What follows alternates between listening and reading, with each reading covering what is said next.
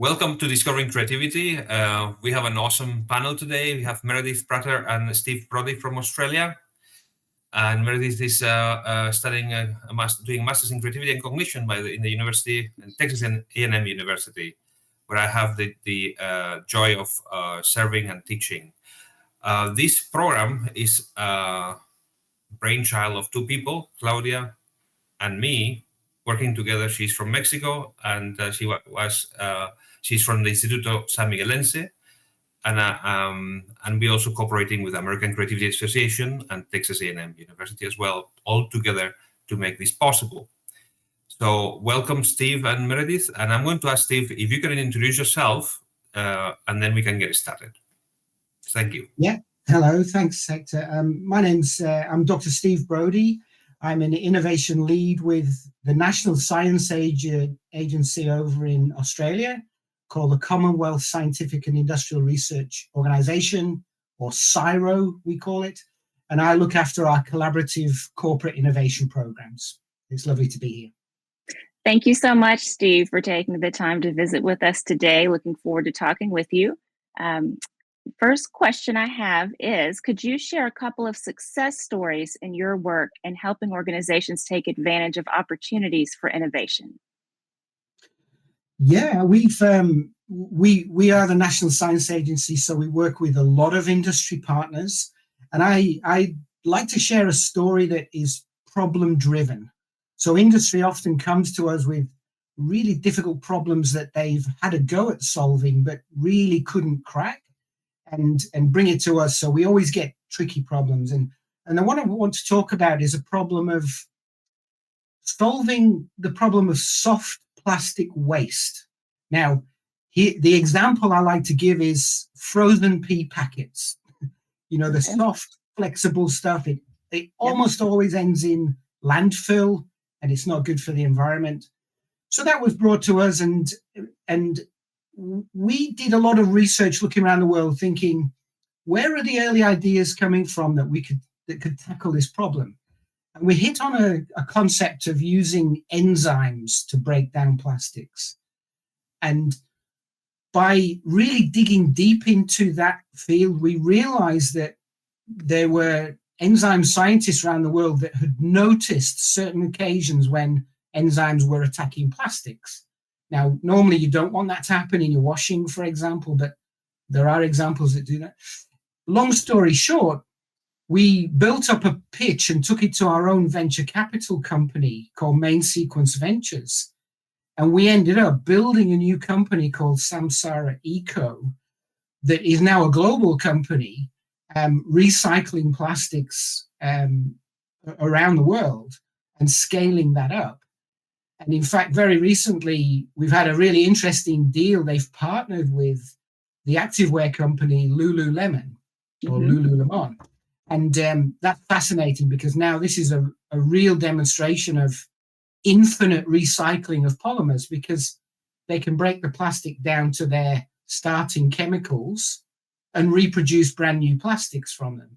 So it's kind of cool. And, you know, that all came about through that creative link, if you like, and the insight into who's working on interesting things that are not normal, and that led to this idea. So I love that one.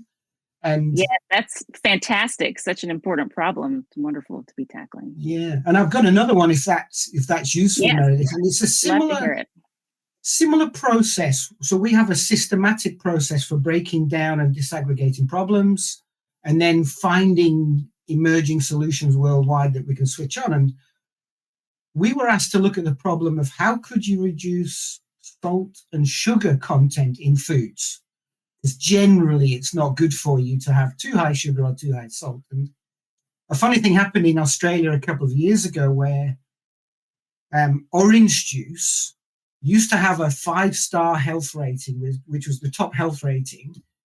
It got reduced down to about 2 stars because of natural sugars. And it ended up being worse health star wise than Diet Coke, which is kind of surprising, right? And so we were asked to figure out, can you solve the problem of natural sugars in fruit juice? And turns out that our science organization had been working on a technology that unrelated to fruit juice to convert sugars to other things. Now, when you're brewing, you convert sugars to alcohol, but we could convert them to other healthier things. And so what we did was we're now launching a business that can convert sugars in natural products, such as fruit juices, to fiber and healthy things. So that's another example. That's called Evolve Food, but it's pretty early stage. But it's kind of exciting that you can do things like that. Yeah, it's amazing, really. But Meredith, there was a lovely pivot in our journey when we realized that if you could remove the sugar from wine before you ferment the wine and create the wine, you can end up with a low alcohol wine or zero alcohol wine that tastes good. And that's the holy grail of wine at the moment. If you've ever tasted low alcohol wine, it's awful generally. But we used to joke that you might have tasted low alcohol wine once, so you wouldn't do it again. So yeah, these are two examples where the system helps us to think about the problem solving, finding potential solutions, and then persevering to make them real. And they're just two examples I like about the work we've done. So. Yes, those are wonderful, wonderful examples. Thank you for sharing. That's all right. So our next question is, what do you look for in an organization in their opportunities for innovation? Yeah, that's a good one, because, a lot of the organizations, most of them are somewhat different, but what we're interested in when we're looking for partners to innovate is somebody who has that innovation imperative. They know the core of their business that they need to innovate to survive or to grow or to do something. There's a motivation that is somewhat intrinsic to them. They get it that they need to do this, and they're not resting on their laurels of just business as usual. So we'll look for that. But then we have conversations with their leadership teams about how much have they done to figure out where they want to innovate, or what's their wish list, if you like. Do they know what they're looking for? And that's an interesting starting question. And we often, I'm sure you've done this as well, Meredith, in your work, that I often say to chief executives and the leadership teams, what's keeping you up at night? What is it that is causing you to really reflect deeply on the nature of your company, and not just from the problems you're facing, but also from the what if questions. So I'm trying to get to the what if we could do X, or what if we could solve Y? And that gives us, as innovation partners, great insights into where to focus our collective efforts. And I think the other question that I'm interested in with companies is, how could you start to think about the value that innovation can bring if it's successful? Have people thought about that? Have they thought about, if we could do this, it's worth that, or it's a game changer for the environment or for people or something? I would like companies to have thought about that. And then our science work and our innovation work can help them really narrow that down and start to, then start the program of, well, how do we innovate? How do we make it real? So, we're interested in that kind of thing. But the final point that I like to figure out from our industry partners is, we need buy-in from that leadership team on any project we start together with them.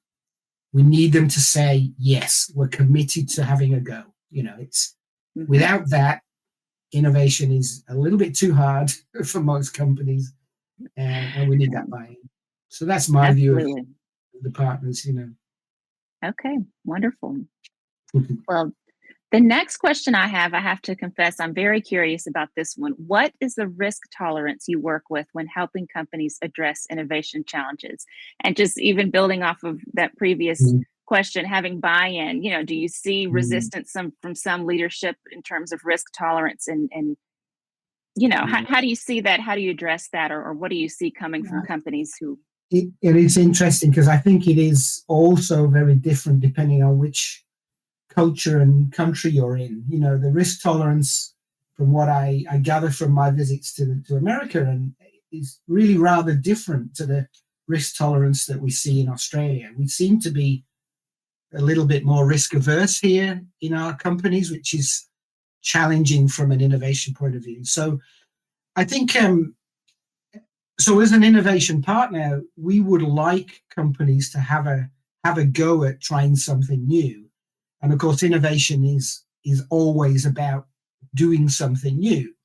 And so I'd like to see them have a go and take a gamble, if you like, and commit resources that may well not deliver. You know, they're not guaranteed, these projects. And because by the nature of our work, we're always tackling difficult problems it's not guaranteed that we'll solve them.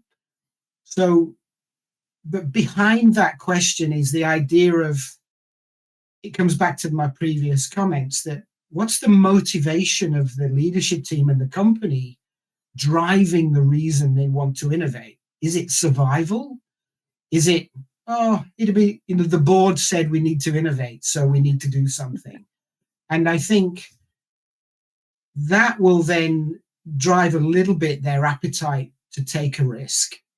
And then also the nature of the business themselves. Is it going well? Do they have some spare cash and resources? Or are they resource constrained because of market pressures? So, you know, ideally, I'd love an organization that says, you know what, we're going to commit X% of our revenues or even of our profits to innovation, and we're going to take a gamble. And of course, the other factor, I think, Meredith, that I think about is, are they looking at Horizon 1 kind of core innovation, or are they thinking about, you know, way ahead into the future? Are they thinking about what's coming down the track that we need to be aware of? And in fact, we need to be leading. And that will also change their risk appetite. So, but we guide them a lot in those conversations of, where do you want to play? Do you want to be thinking about 10 or 15 years out, or do you want to be thinking the next 6 months? And what are you prepared to risk capital-wise or resource-wise or cash in order to have a go? And, you know, it's all about conversations and understanding. And then, you know, my preference is have a go and take a risk. But I'm an innovation guy, so it's a bit different. Right. You know? It's I'm used to that, and a lot of companies are not used to that. So, does that resonate with what you see? Absolutely. Yeah. Yes, absolutely. I can see where that could be interesting in different companies, different industries, and different players within the company, even, and what their risk tolerance is. Oh yeah, and it depends on a leadership team's personal performance indicators as well.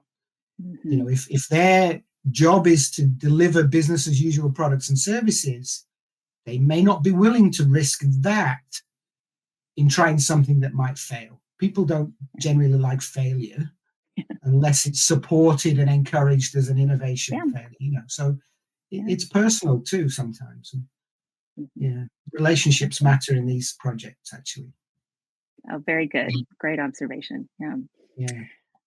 Well, now could you tell us about what are some surprises that you have observed through the years? For instance, companies that could adapt to a certain market and through perseverance succeeded, where maybe it was surprising.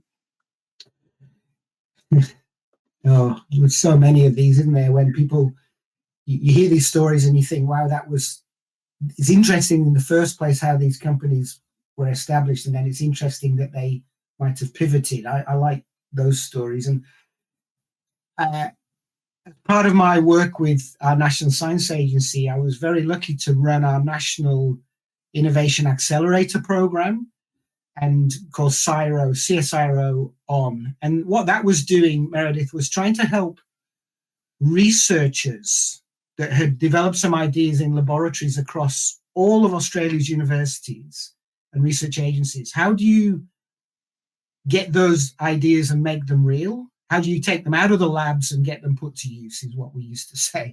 So I've got an example of one of those. It's one of my favorites that I love, and it's about that kind of perseverance and that ability to build on some insights that you might not have originally thought. And I've got a lovely company that came up through one of our programs called Life Whisperer. And it's a beautiful name. And what it does, the problem it was solving was, the insight was, when people are going through IVF, there's a quite a very low chance of actually being successful in any given cycle. And it's terribly, terribly upsetting for everyone involved. And the insight of this team was that there are some IVF consultants worldwide who have a way better conversion rate of an embryo becoming a pregnancy, becoming a birth. And they were trying to understand, what is it about that? And they figured out that it turned out that these expert consultants were very good at looking at the shape of the growing embryo in the petri dish. Yeah. Tracking the growth of it and the shape of it. They could pick one that had a much, much, much higher success of. Right. So fascinating. But the insight, Meredith, was that, or the sad insight, was that there are not many of those people worldwide. So the majority of IVF clinics don't have that luxury. Mm-hmm. So the team that we worked with said, well, what if we could use computer vision and AI and machine learning to observe embryos growing in almost real time over a few days, and then allow the computer to learn what good looks like? So they went and had a go, right? And they went and did this, and they tracked what were the best consultants doing. They used that as input to the AI models. And anyway, long story short, they've now built this global company called Life Whisperer that is now available to IVF clinics all over the world to increase those chances of families having a baby. And honestly, I met this team in my first week at work with CSIRO, and I've tracked them ever since. So that's an 8-year journey, and it's outstanding in terms of, the insights, the problem solving, the approvals, the tenacity they had. They've published papers on this to validate it, and then the impact they made. And it's a great story of, science, entrepreneurship, innovation, creativity in there as well, and then impact. So one of my favorite stories, Meredith. I hope it resonates with people. It's really cool. Yes, again, a very impactful issue for a lot of families. So that's really amazing. A lot of creativity and innovation. Fascinating story. And do we have time for another one? Yes, we do. I'd love to hear another one. I'm conscious that I talk a lot, but I have another one that's we're here to hear from you today, so that's great. Well, that's great, and I'm happy to share some of these great stories really from down in Australia. And there's another one that's quite an interesting story, and again, it's come through our innovation program at one point, and the team was trying to solve the problem of how do you diagnose irritable bowel syndrome, right? A lot of people have this. It's quite hard to diagnose, and it's quite intrusive to do that. So you need testing and all kinds of things. And it turns out that one of the team members, who, by the way, happens to be a Nobel Prize winner in a different field, which is kind of interesting, right? A guy called Barry Marshall, but you can look him up, guys. But he had heard a story about how termites, the termites that eat wood, the ones that are bad for your homes, right? That they communicate by head banging the wood and sending sound waves along the wood, and the other termites listen for the sound wave, feel it. And he thought, hang on a minute, why can't we listen to people's tummies as they're rumbling? And is there a way to diagnose different illnesses and problems in your digestion system through noise? And that was the insight. And they built a program of doing that. And they ultimately started to prove that you could differentiate between IBS and there's some work on other things as well, like Crohn's and others. But what was interesting that I like as well, they're still doing that research and they have a company, but they pivoted because they realized that many people that have IBS don't know what to do. They don't know how to improve their health. They don't know how to change their diets. There's not a lot of information on how to help them. So this company now is producing a range of shakes and daily supplements that improve your gut biome so that your irritable bowel syndrome is less problematic. And so they've now gone off into different directions as well. And this is a company called Noisy Guts. So it's very appropriate. It's quite to the point. Australians tend to do that. What do you do? Well, Noisy Guts, and we listen in. But again, it's another story of that really interesting insight that wasn't ignored. And I think part of creativity and part of being an entrepreneur is noticing things and going, "Oh, there's something interesting about that." And is there something else I can do with that? I think that's quite powerful. And a lot of people don't do that. Even scientists don't do that. They just ignore it. So. Well, and that leads in really right into one of our other questions I had today, which is, do you have anything you've noticed over the years or insight into how you determine when a creative idea is worth pursuing? Is it just a trial and error? Is it just the persistence? Or do you feel like there's anything that you can pick out that kind of makes you go, let's dig into this one?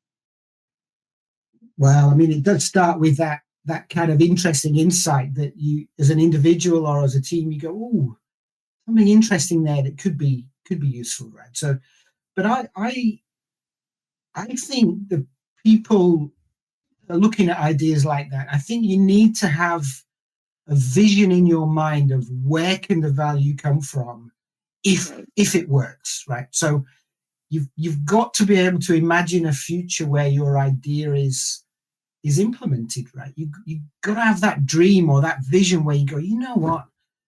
It would be cool if every IVF clinic in the world could operate better than the best consultants. Imagine that future world. That's cool.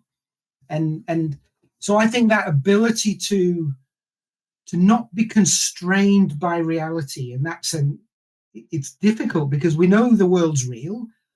We know cost will come into things. We know that there'll be legal issues potentially. We know but you've got to get past that and imagine what it would be like. And I've got a lovely example of that, Meredith. If have you ever been down to Australia, Meredith? Have you? Unfortunately, I have not. Hopefully one day, but not yet. You will have heard of the Sydney Harbour Bridge, maybe? Yes. Well, we have the fireworks every New Year's Eve. Well, there's a lovely story about a guy called Paul Cave. And his grandfather was on the first ever train to go over the Harbour Bridge. The first ever trip by train over the Harbour Bridge, his grandfather. And he said, Paul Cave said, I remember listening to that story of the amazement and the wonder and the excitement that his grandfather had. So he then said, the insight was, or the question he had was, what if I could give that feeling to other people to experience the bridge? And he thought, well, going on a train over a bridge isn't very exciting. So he designed a thing called the bridge climb. Now, the only people ever to work on the Harbour Bridge were workers, and to climb it, they painted it. But he said, what if I could let the public go right over the top of the Harbour Bridge and get that amazing experience on their own? Anyway, he built this company, Bridge Climb. But the point about that imagining the future, he had something like 50 formal rejections from the councils and the governments as to why he couldn't do it. So the other factors that I bring into doing this sort of thing are, you've got to have perseverance. You've got to stick with it and stick with your vision. And then you've also got to have that fun element as well. So I think this is about, the excitement and the fun and the wonder of doing something new. I think I see that in experts and I see that in people. But just to finish off the comment, Meredith, that the other thing is, we often say, and it's a famous line, isn't it, that good is the enemy of great, that don't settle for your first good idea. Let it sit, think about it, but then think, are there even better ideas? And give them a chance to live and to thrive and to be successful. So yeah, those are the kind of elements I look for when I'm thinking about ideas and the characteristics of teams. You've got to give ideas a chance and stick with it.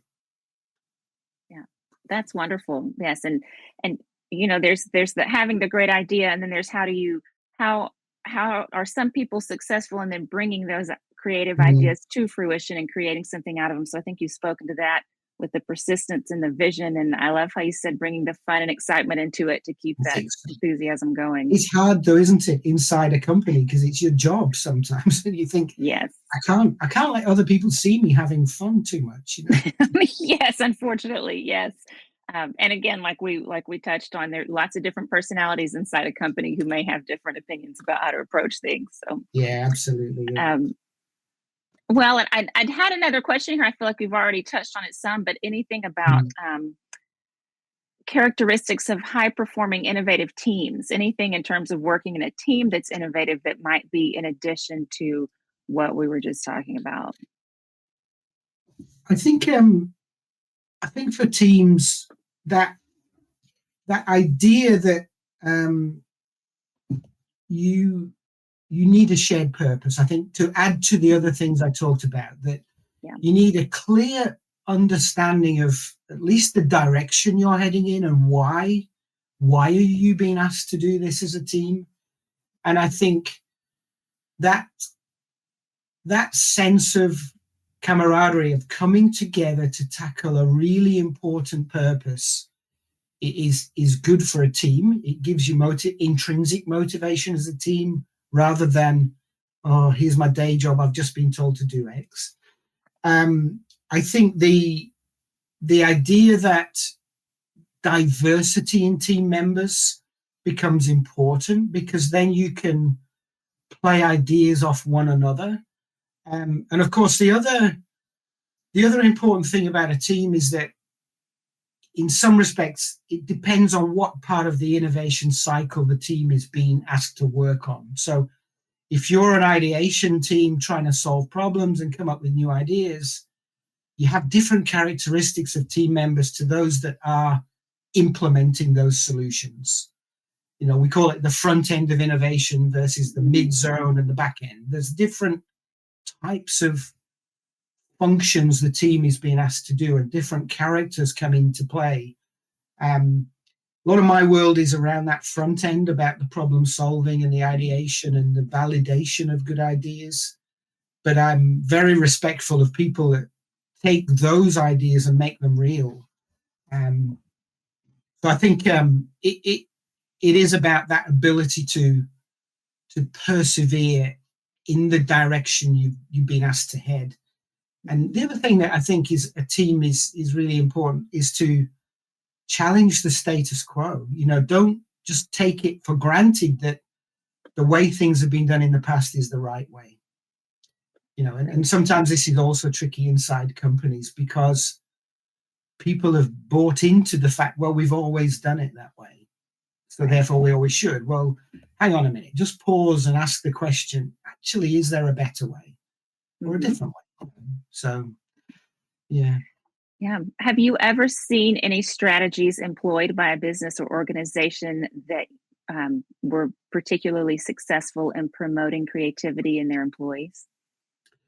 Well, yeah. And I've been in a few organizations that have deliberately set out to improve creativity and innovation inside them, and including multinational tech companies and also obviously our own National Science Agency. We've done this internally as well as helping others. And I think the types of things that work well is I think you have to share the story of why it's important. So you need to be able to talk about the strategy and the purpose behind the strategy of, why is it important for our teams or our staff to be able to think creatively?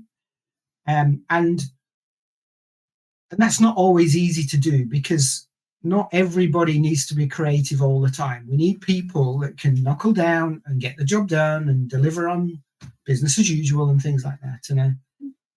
And just a note on that, Edward de Bono had a lovely phrase when he talked about things like that. He said, look, it's a bit like the gears in a car. He said, creativity is a bit like the reverse gear. You don't use it all the time, but you really need it from time to time. And I thought that was in a manual car, that's a lovely concept, So when you're starting to think about how do you improve creativity across an organization, I think there's a couple of points that I like to consider and I know have worked. And that's that idea of some sort of training. There's some sort of skills that you can learn and information you can learn about creativity. I'm a big believer that systematic creativity is a thing, and it's powerful, that you can it's not genetic alone. There's some people are good at it naturally, but I think there are processes that you can go through to aid creativity and ideation, and I think I'm a big believer in that. So you can learn those. But I'm a very big believer in learning through experience. So if companies and organizations can create experiences where you can learn by doing, that's even more powerful. So we would teach people in their own projects how to be more creative at problem solving or ideation or whatever, with training on the job, if you like, which I think was important. A couple of other points, so Meredith, that I think are really, really important. You need time to think, right? You cannot be constantly bombarded with emails and meetings and back-to-backs, and you need permission to be able to take a breath and think about something. Now, in a lot of organizations, that's very hard to do because the pressure is on, particularly working from home, funnily enough, where you've got back-to-back meetings with no time in between, and then the day's finished. So we even launched something called a permission to think certificate. Oh. The owner of this certificate could take it to their boss at any time they like, and it would give them 1 to 3 hours free whenever they wanted it. And the boss was not allowed to say no unless it was extraordinary circumstances. Yeah. But what we found was that the certificate itself was very rarely used. But what it did was it reminded people that it's okay to pause and have a think about different things, or go for a walk, or go to the movies, or go to a conference that's not in your world, and just think and have fun, and and it was really, really important. And my final comment, Meredith, and this is a long answer. This has been a long answer, but my final comment is, when you're trying to drive a change in behavior or culture like that, you've got to celebrate the successes and celebrate the effort of people that are having a go. So you can do it formally through creativity awards or innovation awards, or showcasing best practice, or you can just tell someone, you just say, you know what, that was a really cool idea. I love the way you did X, or thought about that, or I love the creative thinking behind that, and really allow that to become normal behavior. It's really powerful when you celebrate that. And it doesn't have to be public always. It's just a one-on-one conversation, just a little note to someone. Very powerful. Yeah, that's great. Several ways there. Businesses can really work on building a culture that fosters creativity. Sounds like a lot of things that go to create the climate as a And whole. of course, there's tons of books around and tons of courses and, tons of guides on how to do that as well. So you can just Sure. tap into the world and get some support to do that. Mm-hmm. Well, do we have time for one more question here? I certainly do. So I'm up Okay, for we'll it. go ahead. All right. Well, okay, great. Thank you, Luis.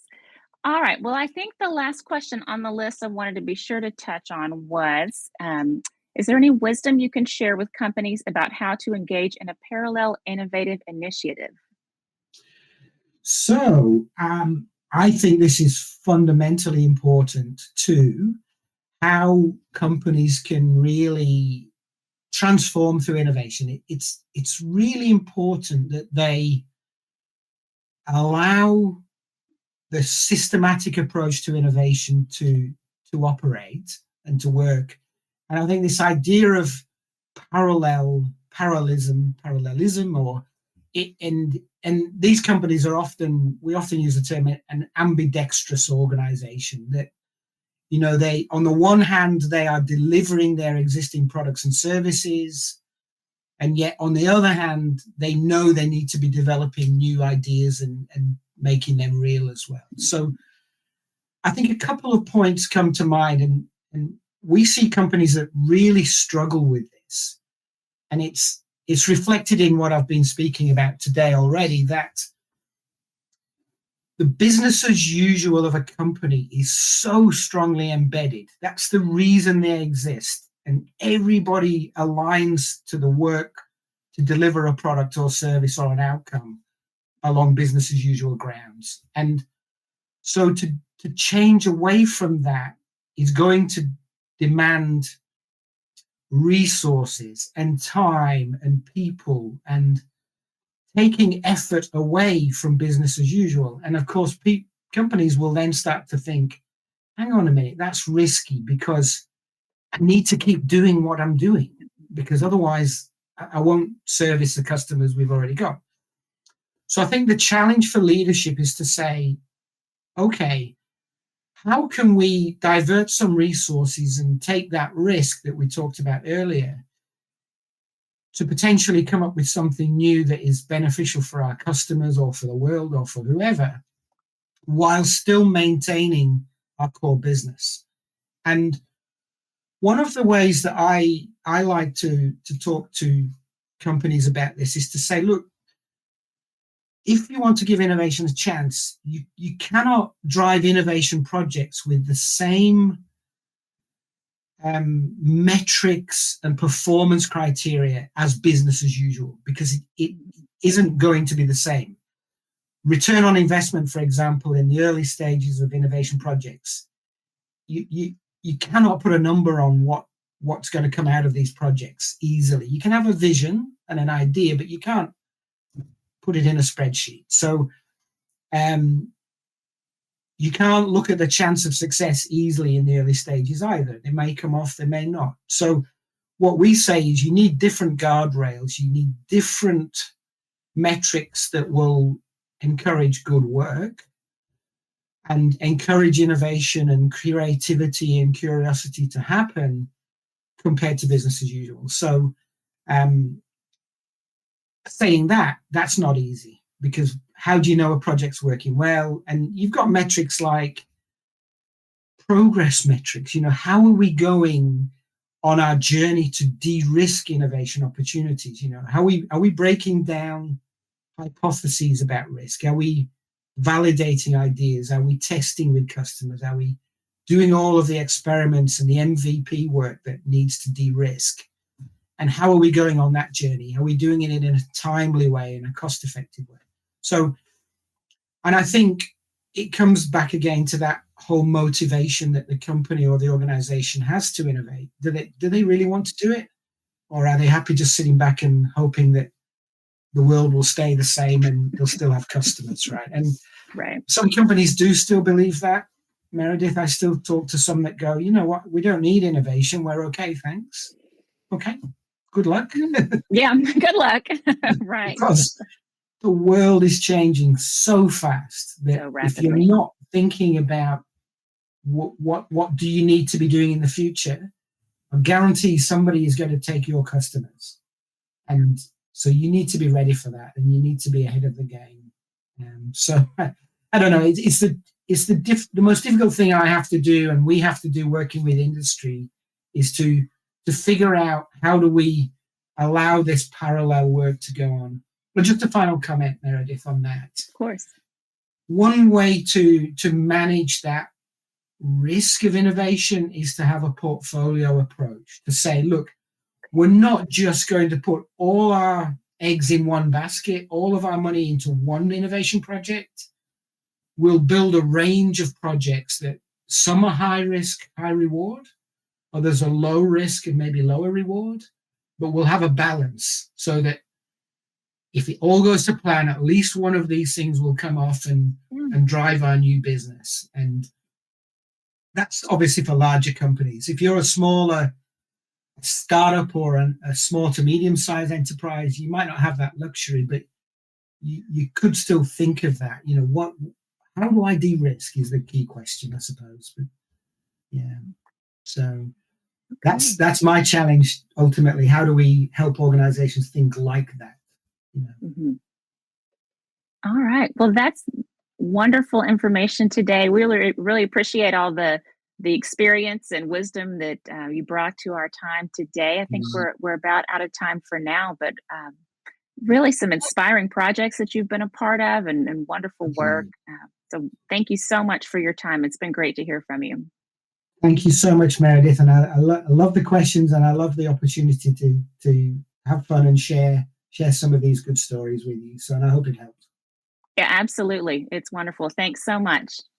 All right. Take care. Thanks very much. Bye. You too. Bye, Steve.